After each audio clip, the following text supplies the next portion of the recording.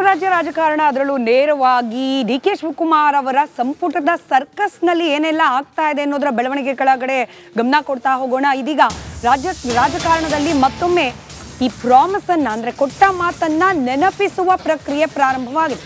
ಹಿಂದೆ 3 ವರ್ಷ D K Shivakumar ಅವರು ಸಿದ್ದರಾಮಯ್ಯನವರು ಕೊಟ್ಟ ಮಾತು, ಹೈಕಮಾಂಡ್ ಕೊಟ್ಟ ಮಾತಿನ ಬಗ್ಗೆ ಪ್ರಸ್ತಾಪ ಮಾಡ್ತಿದ್ರು. ಇದೀಗ ಡಿ ಕೆ ಶಿವಕುಮಾರ್ ಅವರೇ ಕೊಟ್ಟ ಮಾತನ್ನ ರಾಮಲಿಂಗಾರೆಡ್ಡಿ ಅವರು ನೆನಪು ಮಾಡ್ತಾ ಇದ್ದಾರಂತೆ.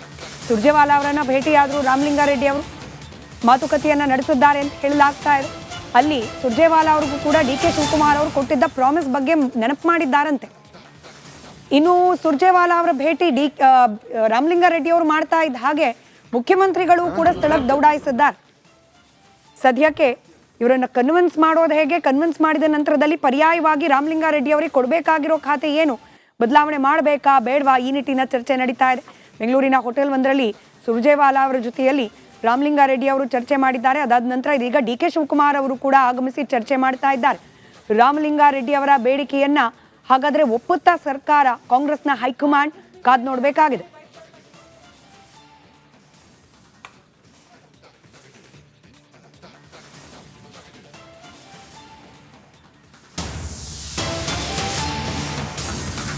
ಇನ್ನು ರಾಮಲಿಂಗಾರೆಡ್ಡಿ ಅವರು ಹಾಗೆ ಸುರ್ಜೇವಾಲಾ ಅವರ ನಡುವೆ ನಡೆದ ಸಭೆಯ ಇನ್ಸೈಡ್ ಮಾಹಿತಿ ಲಭ್ಯವಾಗಿದೆ.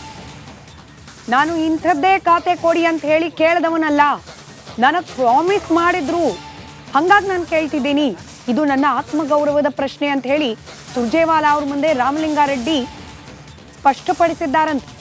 ರಾಮಲಿಂಗಾರೆಡ್ಡಿ ಅವರ ಮಾತನ್ನ ಮುಕ್ತವಾಗಿ ಆಲಿಸಿದ್ದಾರೆ ಸುರ್ಜೇವಾಲಾ. ನಾನು ನಿಮ್ಮ ಚಿಕ್ಕ ತಮ್ಮ ಇದ್ದ ಹಾಗೆ, ಮೊದಲೇ ಹೇಳಬೇಕಾಗಿತ್ತು ನೀವು ನನಗೆ, ನನಗೆ ನೀವು ಕರೆ ಮಾಡಿ ಹೇಳಬಹುದಾಗಿತ್ತಲ್ವಾ ಅಂತ ಹೇಳಿ ಸುರ್ಜೇವಾಲಾ ಅವರು ಕೇಳಿದ್ದಾರಂತೆ. ಮತ್ತಷ್ಟು ಡೀಟೇಲ್ಸ್ನೊಂದಿಗೆ ನಮ್ಮ ಪ್ರತಿನಿಧಿ ಹನುಮಂತು ನೇರ ಸಂಪರ್ಕದಲ್ಲಿದ್ದಾರೆ. ಹನುಮಂತು, ಸುರ್ಜೇವಾಲಾ ಅವ್ರ ಮುಂದೆ ಬಹಳ ಮುಕ್ತವಾಗಿ ರಾಮಲಿಂಗಾರೆಡ್ಡಿ ಅವರು ಮಾತನಾಡಿದ್ದಾರೆ ಅನ್ನೋದಿದೆ.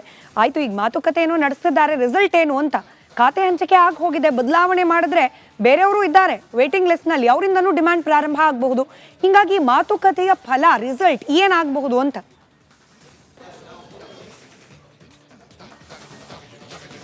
ಸ್ಮಿತಾ, ಡಿ ಕೆ ಶಿವಕುಮಾರ್ ಅವರ ಸರ್ಕಾರದಲ್ಲಿ ಖಾತೆಯ ರಾಮಾಯಣ ಇನ್ನೂ ಕೂಡ ಮುಗಿಯುವಂಥ ಲಕ್ಷಣಗಳು ಕಾಣಿಸ್ತಾ ಇಲ್ಲ. ನಿನ್ನೆ ತಡರಾತ್ರಿಯೂ ಕೂಡ ರಾಮಲಿಂಗಾರೆಡ್ಡಿ ಅವ್ರನ್ನ ಸಿಎಂ ಮುಖ್ಯಮಂತ್ರಿ ಡಿ ಕೆ ಶಿವಕುಮಾರ್ ಅವರು ಭೇಟಿಯಾಗಿ ಸುದೀರ್ಘವಾದಂಥ ಚರ್ಚೆಯನ್ನು ನಡೆಸಿದ್ದಾರೆ. ಅದಾದ ನಂತರದಲ್ಲಿ ರಾಜ್ಯ ಕಾಂಗ್ರೆಸ್ನ ಉಸ್ತುವಾರಿ ರಣದೀಪ್ ಸಿಂಗ್ ಸುರ್ಜೇವಾಲಾ ಅವರನ್ನು ಕೂಡ ಖಾಸಗಿ ಹೋಟೆಲ್ನಲ್ಲಿ ರಾಮಲಿಂಗಾರೆಡ್ಡಿ ಅವರು ಭೇಟಿಯಾಗಿ ತಮ್ಮ ಅಭಿಪ್ರಾಯಗಳನ್ನು ಮುಕ್ತವಾಗಿ ಹೇಳಿಕೊಂಡಿದ್ದಾರೆ.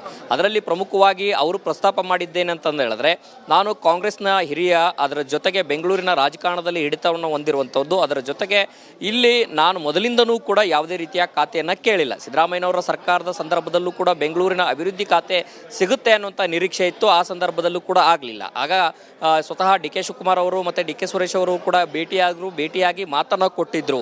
ಆ ಮಾತು ಕೊಟ್ಟಿರುವಂಥ ಕಾರಣಕ್ಕಾಗಿ ಈಗ ನಾನು ಖಾತೆಯನ್ನು ಕೇಳ್ತಾ ಇದ್ದೀನಿ. ಯಾಕೆಂತಂದು ಹೇಳಿದ್ರೆ, ನಮ್ಮದೇ ಆದಂಥ ಒಂದಷ್ಟು ಆತ್ಮಗೌರವ, ಹಿರಿತನ ಮತ್ತು ಒಂದಷ್ಟು ರಾಜಕೀಯ ನಿಲುವುಗಳಿದ್ದಾವೆ. ಆ ನಿಲುವುಗಳನ್ನು ವಿರುದ್ಧವಾಗಿ ನಾನು ಕೆಲಸ ಮಾಡ್ಲಿಕ್ಕೆ ಆಗೋದಿಲ್ಲ ಅನ್ನುವಂಥ ಮಾತನ್ನ ರಾಮಲಿಂಗಾರೆಡ್ಡಿ ಅವರು ಕೂಡ ಸುರ್ಜೇವಾಲಾ ಅವರಿಗೆ ಹೇಳಿದ್ದಾರೆ ಅನ್ನುವಂಥ ಮಾಹಿತಿಗಳು ಲಭ್ಯ ಆಗ್ತಾರಂಥದ್ದು. ಎಲ್ಲವೂ ಕೂಡ ಮುಕ್ತವಾಗಿ ಕೇಳಿಸಿಕೊಂಡಿರುವಂತಹ ಸುರ್ಜೇವಾಲಾ ಅವರು, ನೀವು ಈ ಒಂದು ಇಂಥದ್ದೊಂದು ಖಾತೆಯ ವಿಚಾರಕ್ಕೆ ಬೇಸರ ಇದೆ ಅನ್ನುವಂಥದ್ದನ್ನ ನನ್ನ ಗಮನಕ್ಕೆ ತರಬೇಕಾಗಿತ್ತು ಅನ್ನುವಂಥ ವಿಚಾರವನ್ನು ಸುರ್ಜೇವಾಲಾ ಅವರು ಕೂಡ ರಾಮಲಿಂಗಾರೆಡ್ಡಿ ಅವರಿಗೆ ಹೇಳಿದ್ದಾರೆ ಅನ್ನುವಂಥ ಮಾಹಿತಿ ಇದೆ.